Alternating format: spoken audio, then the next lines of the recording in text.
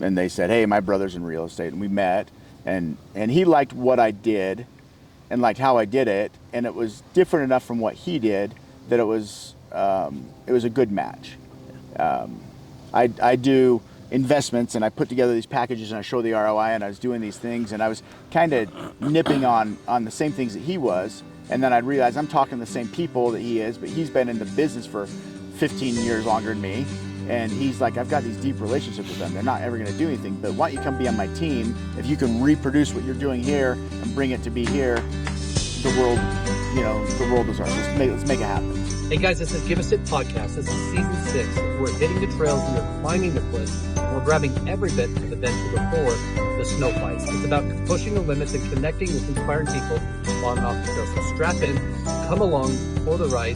This is Give Us It season 6, where the climb and the conversation both matter. Hey guys, this is Wes Israelson. We are up here at season 6. We are on the bikes, as you can see behind us. We just rode up this and rode down. Rob got to go up and down, which was really cool. I only tried up, I did not try down, but it was a little wet this morning. With that, Robb Kofoed is your name. Robb Kofoed, yep. I want to run back. California, you moved at, I think, 2 or just before 2 to Utah. Yeah. So I mean, I was born in California, but I'm a Utah boy. Yeah, through and through, right? Yeah. Got the accent and everything. Run us through like pre-mission, but run us through elementary, high school era. Elementary, high school. I kind of started out as an introvert. The one thing I can't picture that. One thing I didn't tell you is I've always been a very positive person, and I've always thought the best of people. And I had to learn the hard way that not everybody has your best intentions at heart, which is really rare to me. Like, to me, everybody was going to try and do the best thing they could for everybody else, and I had to learn that wasn't the case. It took a while for me to learn how to kind of reach out to other people. Like, I've always been a nice person, but it kind of took me till high school to start to find myself and to reach out to others more than my 6 friends that I would hang out with at lunchtime. It was kind of interesting. I'm the third of 6 kids, and I don't know. I just kind of felt like I was in the middle of things, and I got lost sometimes, and eventually found my way out. Found my way to be who I am. It took a while to figure out who Robb was. And there's something you said yesterday that I just wanted to point out. I'm 40. Okay. You said I don't know a lot about diabetes because I've only had it for 40 years. Yep. But you found out at age 9, yep. I think, right? Yep. So that means you're 49, but you've dealt with diabetes through that period of time too, yeah. Right? And arguably that's something that even today you were like, my sugar level's low, so I need something, right? Yeah. So those periods of time, just that hardship. I was in resources as a kid. Like, there's certain things I had to do different, learn different, right? Mm-hmm. My parents thought I was not smart at times, which in a way I'm not, but there's things that you had to transition to. And then you said something like, I didn't know how to reach out to people, and I really don't want to skip over the mission part, but you started home theater services calling on millionaires. Yeah. Right? Well, with my brother, yeah. I work with and for him, but yeah, but you were calling on millionaires. Yeah. So before you understood what millionaire looked like. Well, I didn't understand that you're supposed to call them Mr. Johnson, right? I'm just like, hey, Craig, get over here. Let's talk about what you need to do. But my way, this is actually kind of how I've learned how to do sales. is there might be better salesmen than me, but I hate when people are like, hey, sell me this pen, because maybe they don't need a pen. So I want to talk to them and say, what do you need? Because if I can find out what someone needs and what they're trying to accomplish, I can give them a solution. It might not be a pen. Maybe they just need a crayon. Yeah. Or colored pencil. Yeah. Or what? Yeah, it's dumb to say, sell me this pen, because that pen might be the best pen in the world. But if you don't need a pen, you don't need a pen. Yeah. You might want something else. So whenever I've never seen a salesman get up and say, sell me this pen, and they say, what do you need? What are you trying to accomplish? And they say, I'm trying to shim my door. You're like, you don't need a pen. Let's go get a stick, whatever it is, right? So I don't know. So but dealing with millionaires are just like anybody else. They've got things that they're trying to accomplish. They've got things they need, and they'll pay for solutions. Tom Hopkins was a sales trainer, and he had this line, and I really loved it. He said, "Don't think of yourself as a salesman. Think of yourself as a professional problem solver." And if that's what you are, if you can go solve a problem for people, they'll pay for it. Yeah. If you solve it for lots of people, they'll pay more. Why do NBA players make more than teachers? Not because they're any better for the world. They just solve a problem for a whole lot more people than 30 kids in a classroom. So. And then bringing it back a little bit, your Spanish-speaking mission. Mm-hmm. How hard was that? It was tough to go. I went a little bit later in life. Not like a ton later. I was 22 when I left instead of 19, like a lot of kids go. I had to figure that I really wanted it, and by the time I went, I knew that I wanted it. I felt like I was giving up the dream. I had a good job, and I had a girl that I liked, and I had all these things going in my life, and I finally looked at it and said, "Hey, there's something in my life that I'd like to do still, and I'm going to go do it." And it's to serve a mission. And I saw that some people would go and come back and not change, and I didn't want that. I'm not going to go waste 2 years of my life. That's dumb. But I used it and said, I'm going to go change in 2 years. I'm going to be the best I can, and it taught me how to work hard. It taught me how to study. I told my son not to take any college classes till he gets back from a mission because he's planning on going. And I'm like, you're like me. You're just going to be way better once you learn how to study and be diligent and work hard and finish something. College is going to be a lot easier for you. Because most people, especially from the outside of let's say the Mormon church, right? Mm-hmm. They just think people go on a mission. Well, I didn't go on a mission, and I'm not Mormon, but I understand from talking to people, leaders, and also a friend that went. Like it's a discipline, it's a routine, Yep. it's literally a 7-day commitment every week. And that was actually a surprise to me my first week, where it was a Sunday, and they're like, okay, let's go out and do stuff. I was like, it's Sunday. I thought you don't do stuff. They're like, what do you think? Like, we don't get a day off. There's no, you get a half a day off or whatever to go buy groceries and wash your clothes. But yeah, it's a big commitment. And now it's different. Like then you could call home twice a year, and now you get a call home once a week. I'm not sure if that's good or bad. That's a whole different story. But yeah, I mean, it was a commitment. You have to just say, I'm going to do it. I'm going to go all in. And if you don't go all in, it's not worth being there. I mean, I think that's the same thing with a lot of things. If you don't go all in, why go at all? Yeah. Go big or go home, right? I don't know. And then, I mean, I don't know exactly when you met your wife, Stephanie, what year it was. I know you guys have been married for many years and you have 4 kids, but you started at a company called USD TV or USTV. USD TV is my first career out of college after I graduated. Yeah. And you worked into that, right? Thinking you had equity, or they were going to give you equity, or they're going to give you something. We had stock options and things like that. And you talked about working for millionaires and doing home theaters, and my background in that, plus my degree in economics, they said, hey, we want you to come. I kind of worked my way up to become the national director of installations. Yeah. And so we would go and help open up new areas and kind of travel around the country and train people how to do the USD TV thing. But it was a venture capital backed company, and yeah, had its own issues. So before that, you went to college, as you said, into chemical engineering. Yep. And you found out that was not for you. Not because you didn't want to, but because it was the lab, every day in the lab. I love chemical engineering. I love the engineering side of things because I'm a problem solver. And so math and physics and chemistry makes sense to me because there's a solution. And I could always find an answer, and it makes a lot of sense. And I loved it, and I loved when I could finally get into it. And I was doing thermodynamics, and I remember I was in these crazy classes, and my mom's like, how do you spell that? Tell me what it is. When people ask, I want to tell them.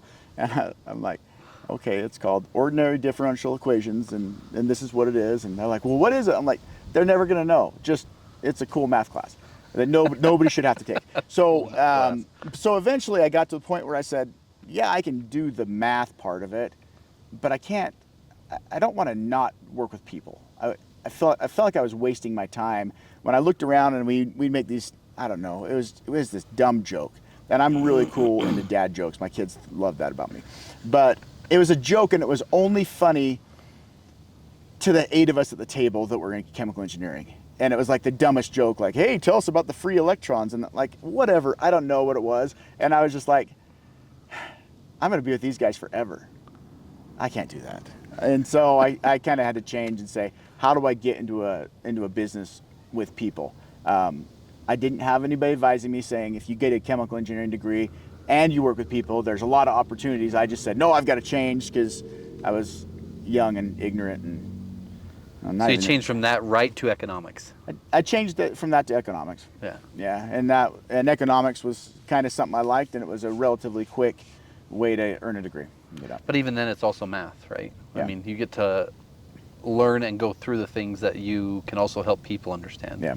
And then you went to USD TV, became the national director of installation, or and then you were on your honeymoon with your wife. Yep. Right. So that makes sense. I just didn't know which one came first, but now I remember. Yep. But you're on your honeymoon and you came home, and what happened?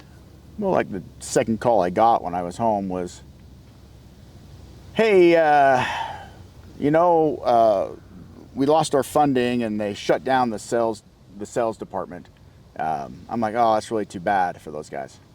And they're like, well, installations is considered part of the sales department. I'm like, oh, like, so you don't have a job. Don't worry about coming in tomorrow. I was like, okay.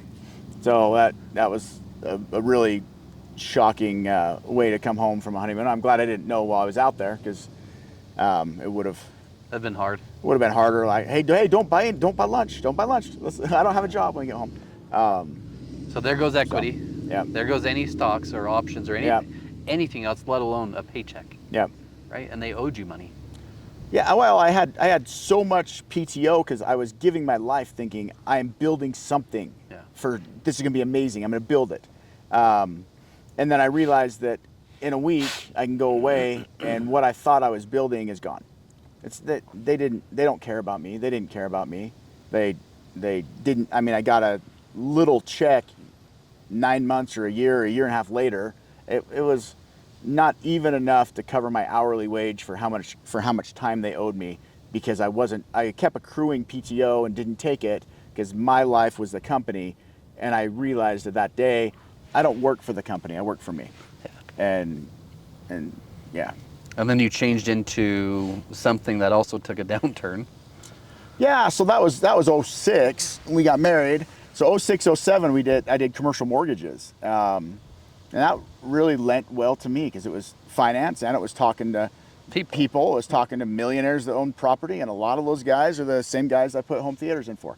And when I kind of got to my stride in 07, then we had a huge market downturn, and pretty soon there was no such thing as commercial real estate mortgages, and I found myself without a job again in 2 years. So with that, I want you to elaborate a little bit more into that, but I also want you to tell someone listening today that just lost their job. Yep. Or a business owner that's going, this thing is done. What would you tell them today? So number one, I held on too long in commercial mortgages. I didn't know enough to know I should get out. So I just kept going. I kept trying to put more money into advertising. I'm like, okay, I'm gonna make this, even though no banks will lend. I'm gonna go try and find clients. That was dumb. I should stop, read the tea leaves better, and know. There's no predicting it, right? You can't predict COVID's gonna come. You can't predict this big downturn. At least I couldn't. I was so new into it. But take what you learn and go on to the next thing and learn how to do the next thing. What are you doing, and what are you really good at? You can't ever be great at something that you're horrible at. But you can get what you're horrible at to be where you're okay, and there's going to be something that everybody's good at, and that's their talent. And they need to make that be exceptional. So if that's that I'm really good at talking to people and I'm really good at numbers, take that and grow into the next thing. because there's always opportunity. Like right now, I'm talking to people and I'm like, there's so much opportunity in AI. If you only want to make $10,000 to $20,000 a month, like there's these people that are doing that and they're building businesses in a month that make that much recurring revenue. Like it's just an amazing opportunity, but you've got to be able to see it, and you've got to have this drive to go and get it. Like go and work as hard as you can for it. So yeah. I appreciate that. It's being real too, right? Because that's two businesses that you've worked in now that are not just belly up, but like zero money in. Yeah. Right? And not newly married, but a couple years into marriage with maybe a kid on the way, if not your oldest. Nah. 07. No? My oldest was born in November 07, so that was right when when he was born. Yeah. So you're going right into the downturn of the market, right? Yeah. That's when we bought our first house, was in 08. There you go. And to me, it's like, wow, like I didn't know what I didn't know. Yeah. Right. And commercial furniture for us also took a downturn in that period of time, right? Yeah. But how did you transpire and get into the next thing? Like, what steps did you take? What did you? I know that you went and got an MBA, right? Yeah. So it's interesting. I've always just been I like to be active. So I kind of hustle and go from one thing to the next, and not so much throw spaghetti at the wall and see what sticks, but kind of like you get information when you act. If you don't act, you don't know. You can't. Yeah. I don't know. It's one of those things like, hey, I'm waiting for all the green lights to turn before I go. That's dumb. That'll never happen. Like just go. The lights you'll see, and you might see new lights that change. So the next thing I did was I lent some money to a brother of mine, and we ended up doing kiosks and imported stuff from China and sold headphones and iPod accessories, and did that for a while and translated that into selling to Army bases. And we traveled around the country. We went from Washington State to Louisiana and sold in PXs and Army bases, which was really interesting. I mean, that's a different type of person anyway, right? A different type of people. And then Mojave Desert, you're in the middle of nowhere. Some of these places, zero. So that is and nobody wants to go to the Mojave Desert. It's you stop in Barstow. That's where you get off, right? You get off 2 exits before Barstow, and you think, I hope I don't break down here because we're gonna die, and then you drive into the desert for 35 miles, and you're out there, and it's such a amazing place because that's where all the military goes, at least all the Army. They go, it's called the NTC, the National Training Center, the Sandbox, and they go because there's villages built out like the Middle East. And they would go spend 2 weeks there, learn how to fight in the Middle East and how to live and survive and do all this stuff.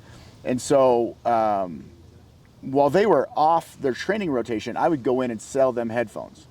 And I was used to selling stuff in kiosks and malls, and I went to a place in Tacoma and sold up there. But when I went to Fort Irwin, all of a sudden there's 3,000 people coming, and they're like, I need all this stuff.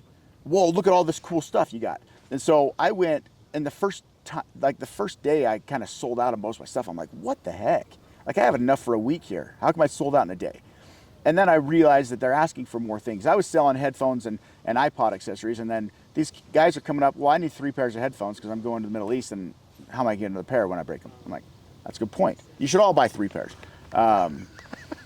Solution, problem fix. Yeah. But then they're like, hey, AT&T doesn't work out here. I'm like, oh, I got Verizon, it works. And pretty quickly I realized, well, I can go down to the Walmart in Barstow and buy prepaid cell phones. I didn't realize that it's some issue. They think that only drug dealers and terrorists buy prepaid cell phones. So you can only buy like 2 or 3 at a time. So I buy them in cash after that on my way down, and stop at every Walmart and buy 4 in cash on the way down there so that I could have 20 when I got there. And then I realized that they didn't have pillows. I would load the back of my Expedition full of pillows from Walmart and splitters and whatever they're asking for. And the PX got kind of mad because they're like, we sell pillows. I said, yes, you guys don't have any. You had like 8. And there's 3,000 people that say, I want a pillow. And they're like, well, we still got a pillow. So I'd wait until they were done with all their pillows. They sold their 5 or 10 or whatever. And then I'd bring out 100 pillows and sell them. And it was just one of those, if I could buy it for $1 and sell it for $2, then I was happy to do that. it just wasn't a long-term viable solution for me. Especially with your wife and your son. Yeah, I mean, eventually, when I first started, I actually lived in the back of my Expedition, and I had an inflatable mattress. I don't think I told you this.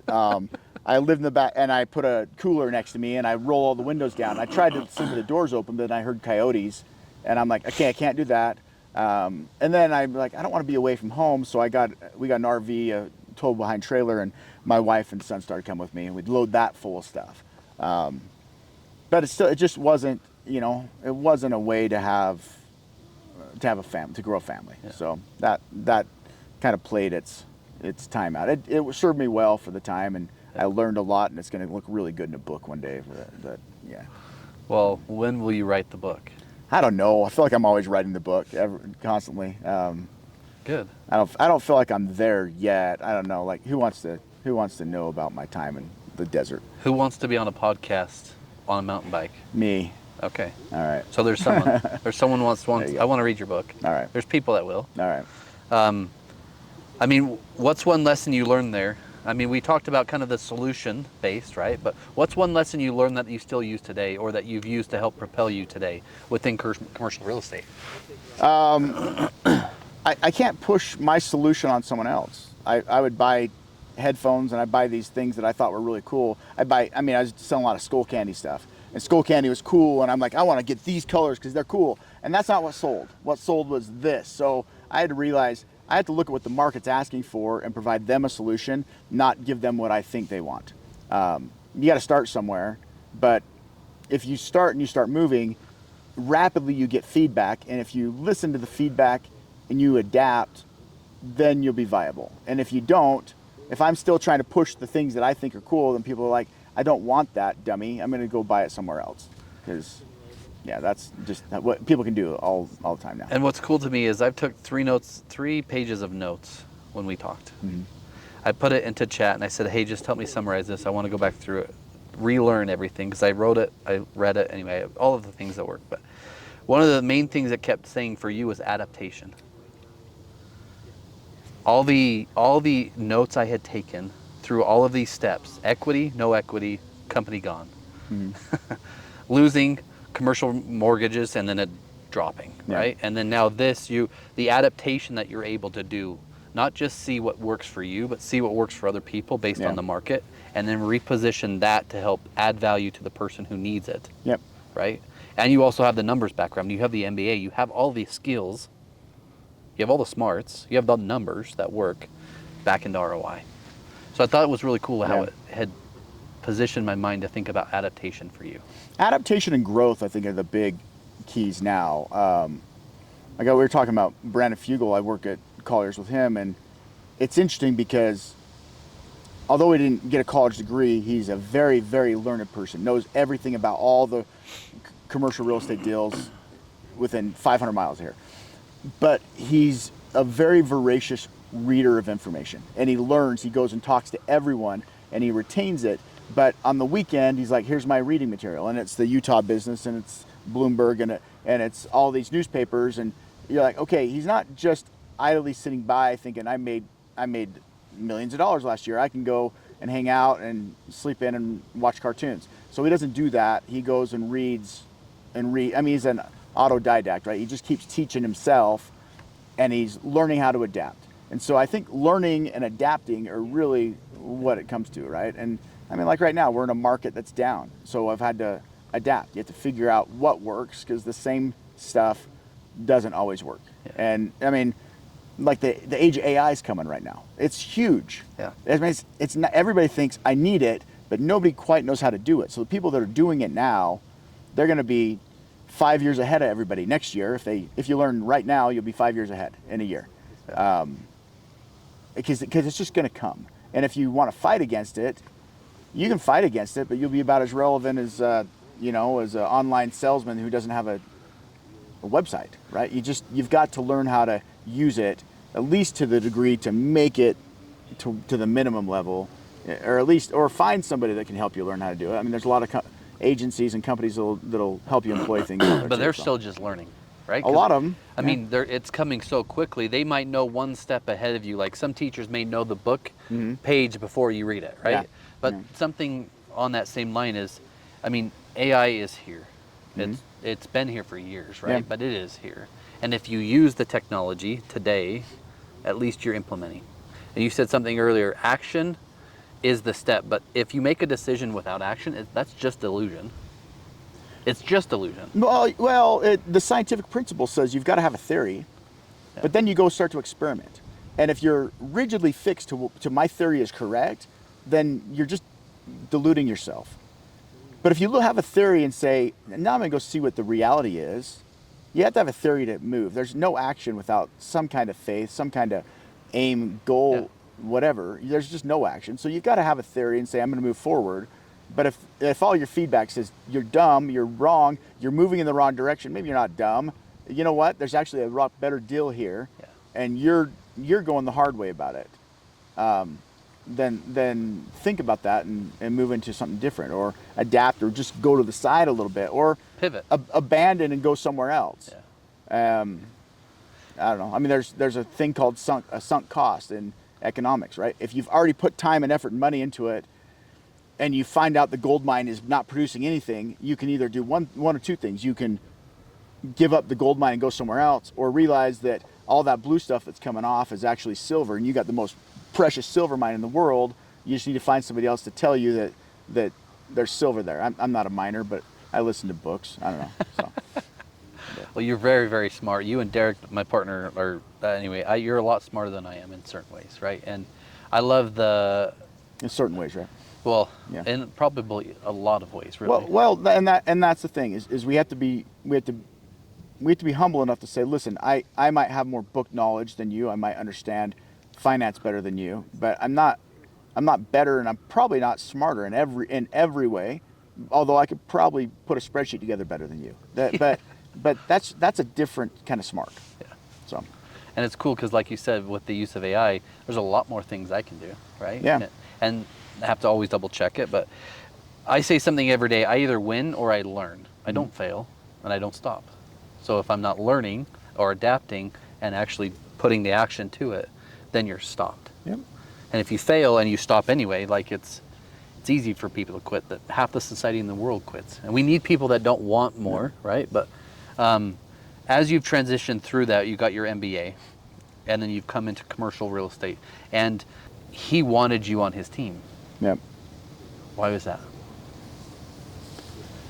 Well, I was working in commercial real estate before I run across him. Everybody knows who he is. Ended up getting an introduction through my brother and who's now his wife. It was just his girlfriend at the time. And they said, hey, my brother's in real estate. And we met, and he liked what I did and liked how I did it. And it was different enough from what he did that it was a good match. I do investments, and I put together these packages, and I show the ROI, and I was doing these things, and I was kind of nipping on the same things that he was. And then I'd realize I'm talking to the same people that he is, but he's been in the business for 15 years longer than me. And he's like, I've got these deep relationships with them. They're not ever going to do anything, but why don't you come be on my team? If you can reproduce what you're doing here and bring it to be here, the world is ours. Let's make it happen. And his production and what he's doing was just such an amazing thing. I'm like, yeah, I want to be a part of that. I want to be there, make my life better by being by better people. Yeah. So. And someone watching today that's also got the chance to have someone such as Fugel, or even me for you, Mm-hmm. like a mentor that's willing to teach them everything they know, but also challenge them to go do the thing that they do that they don't know how to do Mm-hmm. well. Like, what would you tell someone today that maybe is a business owner, or maybe just starting out, that needs to have some sort of mentorship? Find somebody that can be a mentor. Maybe they're going to be in a slightly different business, but maybe it's something very similar. If you're an electrician, go find a plumber that you think is awesome, and go sit down with them and say, how are you making things happen?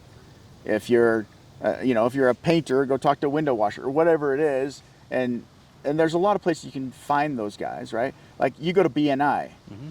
That's a great place to go meet people, but also go talk to the people that are there, because they're not just there to bring you referrals. They're there to build your network. Yeah. And as you do, you can sit down with people and say, let's talk, let's figure this out. Some of the most successful people I know were willing to sit down and talk through things. they're busy, so you might have to go find them for a 7 a.m. breakfast, which is funny because when I asked somebody to breakfast one time, they're like, "That's unique. Most people don't say breakfast." I'm like, "Well, that's when I got time, man. Let's make something happen." So yeah, you just reach out to somebody, have a real conversation. If you've studied about them a little bit before, it's going to be even better. If I go to Elon Musk and I'm like, "Hey, so I heard you had a company. Tell me about it," then he's going to say, "I don't want to talk to you," right? Yeah. But if you go to somebody, maybe not the richest person in the world, and it's somebody who's 2 steps ahead of you, and you understand, hey, you just won this big contract for this thing. That's awesome. Congratulations. Let's talk about it. A lot of times they will, and you find all sorts of people. You find them in BNI. You find them in Utah Business Magazine. You find them in just people talking. You talk to somebody and hey, this group's expanding, and that's an awesome time to sit down and to talk to people. But I think if you just generally like and know people, then they'll like and want to know you, and they'll want to help you. Most people do. I don't see a lot of successful people that are crabs trying to pull people down. The ones that are trying to pull you down and say you can't do it are not people I want to be like. Yeah, and success attracts success in most cases, right? Mm-hmm. And good people attract good people.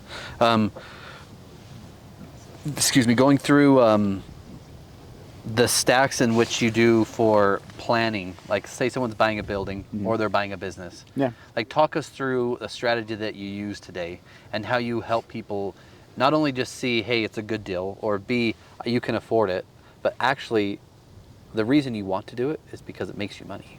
Yeah. Well, and it depends on what they're trying to achieve. Back to what you said originally. Yeah. So I've got a lot of people that are buying for different reasons. If you're going to buy because you're a business owner and you're just looking for a place to be, then we can do something called the lease versus purchase analysis for them and see how much more is it to actually buy, and what does that look like the first year? What does that look like 5 years down the road?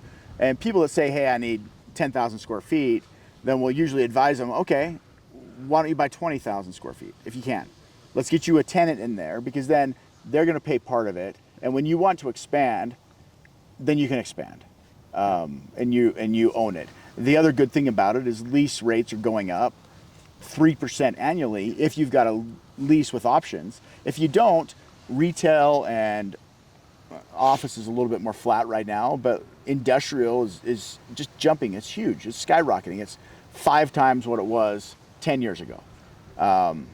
We don't have enough. Yeah, and there's just not enough. And so if you get a 30-year mortgage, that lease payment doesn't go up. Your mortgage payment doesn't go up. And the amount of money you owe keeps going down, but the equity keeps going up. And so it's an unrealized gain until you sell it sometimes. But you've got an asset that's appreciating. It's worth more, and all the mortgage payment you're making is tax deductible. And all there's just so many advantages. But I don't know. For some people, it's not the right thing, right? So for some businesses, they need the cash. If you've got the option to buy a business or to buy a building, and you're gonna make it's 6% return, but over 10 years you'll end up making 12% compounded. That's pretty good. But if you can put it into your business and you can legitimately make money in your business and you make it at 30% rent, it makes way more sense to rent, right? Except for people like to have that stability. They like to know that they own it. They like to know that there's a certain amount of, hey, I own it and I'm building that. So that's good. But if you're in a growing business that's growing by 30 or 50%, with every dollar put in, it's probably just better to put money in the business and rent for right now. So I don't know. I mean, and I love that because you and Don not only helped us go through multiple properties, right? Ron mm-hmm. and Derek usually go through it with you guys first, right? But having me sit down at the table, talk through our building, and you go through not only the drone footage, but all the steps, and then all the, I don't even know what the right words are, but everything that you guys had gotten mm-hmm. on the environmentals, everything that we talked through, and then even how to write the contract. It's more than just, oh, you want to buy a building? Okay, great. Let's go find a building and I'll help you figure out how to finance it, right? Yeah. It's a lot more than that. And you're like, it might not be right. Like maybe if you Yeah. can get it down to this price, like you're actually helping them understand, like you just said, if you can make more money in your business, don't buy. So here's something that is interesting. A lot of people, when we sign a representation agreement, they're okay to pay 6%. That's a great deal. Let's make it happen. And then when you get to the closing table, then people are like, wait a minute, you're charging how much? This is a $5 million building. You really think you should get $300,000? Okay, that it does feel like a lot of money, but you agreed to it up front. Let's talk through it. Like, it makes a lot of sense. So one of the most expensive things people can do, though, is to be cheap and to either go with their neighbor, because my neighbor sells houses, so he can help me buy a 30,000 square foot building. That's a totally different animal. Yeah. Or to do it by yourself, right? Like, some things you can do by yourself, and you can look on YouTube and you can figure out, I can patch drywall, I can figure that out. That's okay, I'm okay with that. I can even wire my own electrical plugs. I mean, I make sure I turn off all the breakers and stuff first. But there's certain things you don't want to do. In fact, it ends up being more expensive. I just got a fee from a client of mine because I just happened to be talking to him about their business, and I said, it's crazy that your taxes went up $100,000 from last year. And I said, what are you talking about? I said, your building, your taxes are $100,000 higher. What? They are? And I'm like, yeah, you didn't know that? Like, they said no. And so I helped them put a tax appeal together. I got like a couple grand on it, right? Not very much money. Yeah. And there's another service that said that they would help them do it for 30% of what they saved. And I'm like, maybe I'm way too cheap, but I was just there and I wanted to help them and I understood how to do it. But, people think, hey, you just got paid a couple grand for your day's worth of work or whatever. Well, okay, it's not a day's worth of work. This is 20 years worth of work. Yeah. And I did it in a day. But don't look at it that way. You have to look at it as, I just saved $98,000. Yeah. But And that's after tax money. Maybe it's not, right? Well, it's a vacant building right now. And so it just comes out of his pocket. Yeah, I mean, but that's a massive savings. Why would you even think twice? Like, you just saved me 98 grand. I'd pay you 5,000 for that. Well, and that's the thing. And other people are charging 20,000 for it, and it's worth every bit of that, right? Yeah. Even if you pay $90,000 to save 100, it's still worth it. Yeah. I mean, I wouldn't think that's a good business model. Don't do that. No. But if you charge $10,000 or $20,000 for every 100,000 you save, that's a phenomenal business. It's great for everybody, and you do it based on results. Yeah. That's a great business. I don't know, but anyway, so there's things like that. So finding someone who's done things before. I got this quote from, this saying from Fugel: you want a battle-hardened veteran on your side. Yeah. And Brandon says that because he's that guy that's done more transactions. And now I'm that guy that's done more transactions. And I say, you can do it with somebody else. You can try and do it on your own, but you don't know what you don't know. Yeah. And you don't know what mistake's going to cost you $100,000 or $200,000 or $1 million, or you're just going to lose the deal, or you just made a really bad deal, or it's going to cost you forever because you're now into a deal that you're going to lose down the road. Yeah. So you need somebody that's been down the road and that is fought that fight on your side. That's who I want. And why do you do it? I mean, we talked about all the reasons why, but why do you do it? I do it because I love it. I do it because I'm providing a service that ultimately just helps people. I think people look at salesmen sometimes as Car salesman. well, they look at salesmen like car salesmen, like used car salesmen, right? Yeah. And I'll tell you, here's what's bad about used car salesmen. I had all the buying signs one time. I had a car that blew up over the holiday. No, like I added too much water to the radiator, and the engine exploded on like January 1st because I hadn't driven it for a week, and it was sitting outside. It was 10 miles. It was 10 degrees, and so I had every buying sign. I thought, hey, my car blew up. I need a new car. I've got cash. Find me something. One person out of the 18 that I contacted called me back, and I bought like 3 or 4 cars from that guy. But I'm like, am I not giving buying signs? I'm in sales. Isn't that a buying sign of, I need something, I need it right now? Oh, sorry, we don't have that one. Where's the follow-up question? So if you're in sales and you're in a business, ask that next follow-up question. Because, you know, I had one partner and he's like, you make stuff happen out of nothing. I said, that's because I talk to people. I ask the next question. Hey, is this thing available? No, that's not available. And a lot of people, times they hang up or they don't answer their phone. So why do I do what I do? Was that the question that you asked before I got sidetracked? Yeah, that's okay. But that, I mean, still, it's the same point. I do it because I love it and I can help people. And I feel good about charging $2,000 or $20,000 or whatever for my services because I add value to people wherever I go. I'm helping them. I'm adding value. I'm solving a problem, and you know, ultimately, wherever the commas lie, you know, bigger problems get bigger solutions. You get paid better. Yeah. But value should get paid for. Absolutely Should. Right. It doesn't matter what the value is. It should be paid for. Yeah. And if people want to reach out to you and they're going through a deal or they're getting ready to, how do they get a hold of you? They reach out to Wes, and then he'll get. No, I can do that. You know, I'm on LinkedIn. ROBB. I'm the only guy with 2 B's, I think. KOFOED.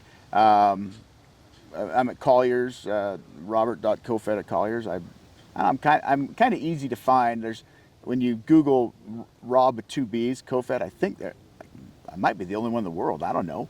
There's not very many. There's not very many of us out there. So if you spell my last name right, you'll probably find me. And I'm in Utah. Yes, and you don't just work in Utah, but you do a lot within Utah too, right? Outside of that, what would success look like to you?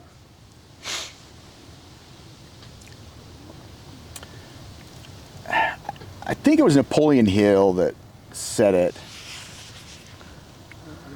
Maybe it wasn't even Napoleon Hill. Maybe it was like Zig Ziglar. I don't know. I listen to so many people, but the quote that I have in my mind that I always think of what is success, and they said it's the progressive realization of a worthwhile goal. I don't think success has a name or a number attached to it for me because it's always moving. I always want more. I think that's human nature, right? We want more. And not necessarily more money, but I want more experience, more value, more success, more time. And if I'm learning and growing toward that, I feel successful. When I was in my MBA studies and I knew I was moving towards something, I felt successful. I'm a dad. I got 4 kids and they're amazing. And I feel successful. I'm a husband and I've got a wife that I love and I want to go spend time and have fun and do things with her, and I feel successful. The financial thing is part of it, yes, because if you don't have money, you worry about it and you think about it and it just drags you down all day, every day. But if you also don't manage it, it's even worse. Well, not just if you don't manage it. If that's all you worry, if that's all you care about, the real happy things in life. To me, you're not a successful person. You're not a rounded person. I mean, that's like saying I got straight A's in math in high school.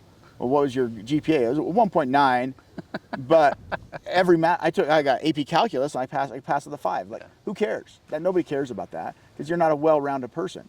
You can't walk down the street without tripping, and you can't spell, but you're really good at math. Like, there's something that's lacking there. I don't know. I look at that and say you've got to. And it's always changing, right? What you're trying to get is ever changing. I wish I had the knowledge I have now with the youth and energy that my kids have. I'm like, man, if I could do what you could do again, you know. But that's part of what happens when you age gracefully, like I do. You did, and you'd have, right? I mean, you've also dealt with, like I said, diabetes this whole time too, right? Yeah. I mean, that alone's challenging, right? It is. It's a juggle, and it's kind of a juggle, like what you're saying with success, because diabetes doesn't stop me from doing anything, but I have to think through what you're doing. When I'm going on a bike ride, do I have enough sugar? And how long am I going for? And everybody laughs because I'm always the guy with way too much stuff in my backpack when I go hiking. I'm like, well, if you don't have enough, you go hungry. If I don't have enough, I die and you bury me in the mountains, right? There's a bigger consequence.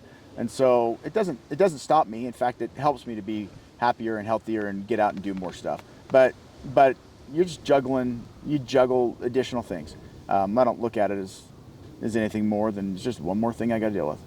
And the 2 questions before we wrap up. First question is, there's a person trying to get into commercial real estate today within our market. Yep. What is the grind going to look like? What's the first 2 years going to look like? What advice would you give that person? So here's the sad reality. If you don't get onto a team, or you don't start as like a research assistant or do something, you could make no money, zero money. Like I made like $7,000 my first year, and I was probably the lowest paid person in my entire MBA graduating class that year, which is interesting because I probably had one of the best grades then, right? But I didn't care because that's just what it was. Now that was just in real estate. I worked as side hustles and did other things because Another company that the equity didn't have. Yeah, nobody can live on $7,000. So you've got to understand it's a long, hard grind. I got to be really close with Brandon because I would go in and I'd go to work, and I lived up in Davis County at the time and worked in Kofoed Heights, and the 5 o'clock commute home sucked. So I would go home at 8 or 9 or 10 or midnight, and between 7 p.m. and midnight, the janitors and me and Brandon were there, and that was it. You just said you and Brandon Fugel were in the building. Me and Brandon Fugel and the janitors were the only people there. And so I got amazing opportunities to sit down and talk with him, because when I first was going to come over, I mean, it took weeks to follow up and to get to meet with him. When he said, "Hey, I want to meet with you," I'm like, "Great, how about tomorrow?" "No, how about, you talk to Linda and she'll set something." Like, I just got pushed off. I'm like, "Dude, you're the one that made this. You want to talk to me, right?" So persistence. I mean, if you're not persistent, don't even try. Like, don't try. If you're gonna shut down and not do something after 1 or 2 or 3 no's, it's not the right place for you. You need to be okay, like Thomas Edison, to take 10,000 no's before you get to the yes, or whatever it ends up being. But it's going to be really hard. Get on a team, work with a partner, work with somebody. Like Brandon lent me his credibility when I first came in, because I had a year in the business, and I did 95 or 99% of the work and gave him half the money, and it was a great deal for me because I had this credibility that was lent along with it. And then find a niche that's a little bit different than everybody else. I do investment, and I do development, and I work on numbers, and I'm a different person. If I was the exact same person as Brandon, then we couldn't partner up. You're talking about with Don. Don does industrial, and I do more of investment, but I do investment in industrial. Yeah. And so we work on things together, and I've had some partners that are really great, and I've had some partners that are really bad. Get away from them quickly. If they're not honest, if they're shady with any other dealing, just get away. Because in this world, your integrity and how other people see you is the only thing that you can have to make money.